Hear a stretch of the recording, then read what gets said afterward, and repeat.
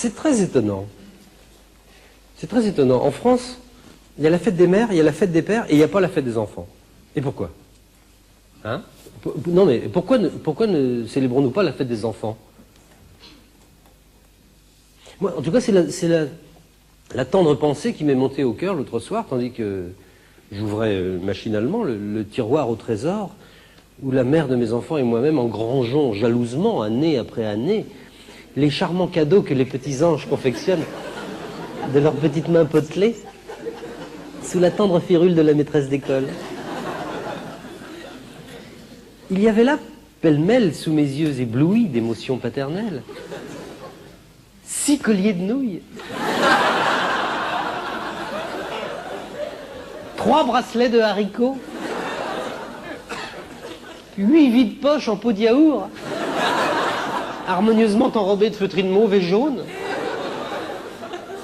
5 boîtes à bijoux Caprice des dieux, et 3 magnifiques pieds de lampe de chez Préfontaine. Consignés, certes, mais quand on aime, on compte pas. Pourquoi, me disais-je, pourquoi ne célébrons-nous pas la fête des enfants? Pourquoi nous et pas eux? C'est vrai. Pourquoi les papas et les mamans de France ne paieraient-ils pas à leur tour de leur personne et n'exécuteraient-ils pas de leurs propres mains quelques présents modestes et sans prétention, bien sûr, mais qui s'avéreraient tellement plus précieux au cœur de nos chers petits que ces poupées toutes faites ou ces trains électriques sophistiqués et glacés que notre sécheresse de cœur nous pousse à leur jeter négligemment dans les bras après un baiser furtif. Ne saurons-nous donc jamais trouver le temps de nous pencher plus affectueusement sur ces fronts graciles, au-dessus de ces grands yeux brûlants, aux cils vibrants d'un amour incapable de s'épanouir au rythme infernal de nos ambitions carriéristes, dont la tyrannie nous condamne à répondre brutalement « ta gueule » à l'enfant qui nous dit « maman, je me fais te violer ?»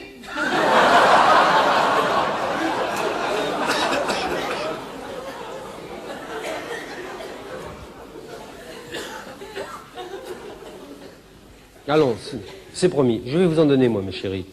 Des jolis cadeaux faits à la main. Je vais vous en fabriquer, moi, des schtroumpfs pas chers. Avec 2 boulettes de mie de pain.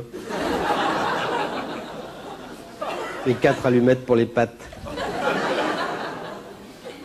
Je vais vous en structurer, moi, des vaisseaux spatiaux en cageot de patates. Avec du papier cul pour la combinaison anti-Tchernobyl. Et une punaise retournée pour le siège éjectable. Je vais vous en bidouiller, moi, des vélocross sans selle. Vraiment tape-cul.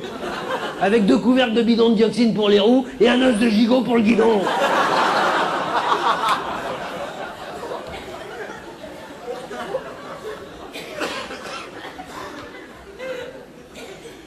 Tiens, je suis pas chien. En prime, je composerai moi-même le petit compliment. Et je vous le réciterai moi-même au dessert. Avec une révérence au début et une révérence à la fin. Bon, certes, je doute de ne jamais pouvoir atteindre dans le sublime les sommets extatiques où votre mère et moi-même fûmes emportés lors de la merveilleuse déclamation octosyllabique de la dernière fête des mères, dont le texte délicatement colorié, façon la gerbe, enveloppe encore le dernier cache-pot William Saurin de la dernière fête des pères.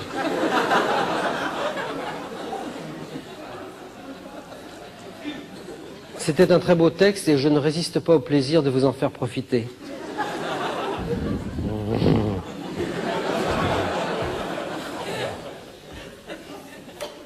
Attendez. Oui. La merveille. Ma vie est un enchantement quand je m'endors, quand je m'éveille ou quand je joue à tout moment. Une fée douce me surveille, elle m'entoure de soins charmants. Cette merveilleux ces moments.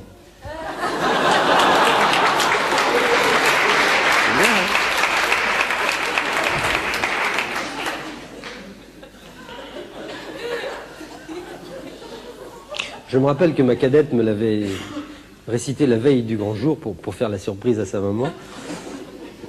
Je m'étais d'ailleurs permis une réflexion. Oui, oui, oui. Mais non, j'avais dit, tu vois, ma fille, c'est pas mal ton truc, mais ce serait plus personnel si tu avais fait un texte toi-même. Tu en serais parfaitement capable et ce serait bien plus touchant pour maman, c'est vrai. Alors elle m'avait dit, oui, papa, tu sais, mais je veux bien, mais je suis pas aussi forte que la maîtresse en poésie. En quoi? En poésie, je suis pas aussi forte que la maîtresse. Alors là, je lui ai dit, tu vois, ma fille, tu te minimises, hein, tu te dévalues, là. Hein. Oh, tu es tout à fait capable. Tu sais que c'est pas très malin. Hein. Tu prends deux rimes, je sais pas, n'importe lesquelles, par exemple, Périne et maman, tu vois, in et en. Tu fous n'importe quoi devant et t'as une très jolie poésie. Hein. Veux-tu que je t'en fasse une? Oh oui, mon papa. Bon, d'accord. Attends, je vais t'en faire une. Avec Périne et maman. Tiens, par exemple, je sais pas moi, mais... oui. Je m'appelle Périne, j'aime ma maman, elle est dans la marine, c'est emmerdant. Oui, mais c'est même pas vrai. Quoi? C'est même pas vrai qu'elle est dans la marine, maman. En effet, ma chérie, maman n'est pas dans la marine. Mais tu sais, c'est ce qu'on appelle une licence politique, on peut... Oui, mais c'est même pas vrai. Bon, je vais t'en faire une autre, Oui. Attends, pouf. Tiens, par exemple, oui. Je m'appelle Périne, j'aime ma maman, elle n'est pas dans la marine, c'est emmerdant. Oui, mais c'est même pas vrai. Quoi encore? C'est même pas vrai que c'est emmerdant qu'elle n'est pas dans la marine, maman. Alors j'ai commencé par me fâcher. J'ai dit, écoute, Périne, ma fille, tu m'emmerdes. Je suis désolé, je vais pas faire des poésies toute la nuit, moi j'ai du boulot, hein. Oh, mon papa. Bon, d'accord. Là, j'ai cédé, hein. Il y a des coups, il faut céder, sinon tu te laisses bouffer, hein. Je lui dis, mais ce coup-là, c'est la dernière fois. Oui, papa. Bon, d'accord, attends. Chie, en plus, c'est pas inépuisable, le truc. Oui, si, oui, bien sûr, oui. Oui. Oui. Voilà, je m'appelle Périne, j'aime ma maman, elle est pas dans la marine en ce moment. Comme ça, tu comprends. Si elle change d'avis, si elle s'engage dans la marine, on n'aura qu'à changer la fin.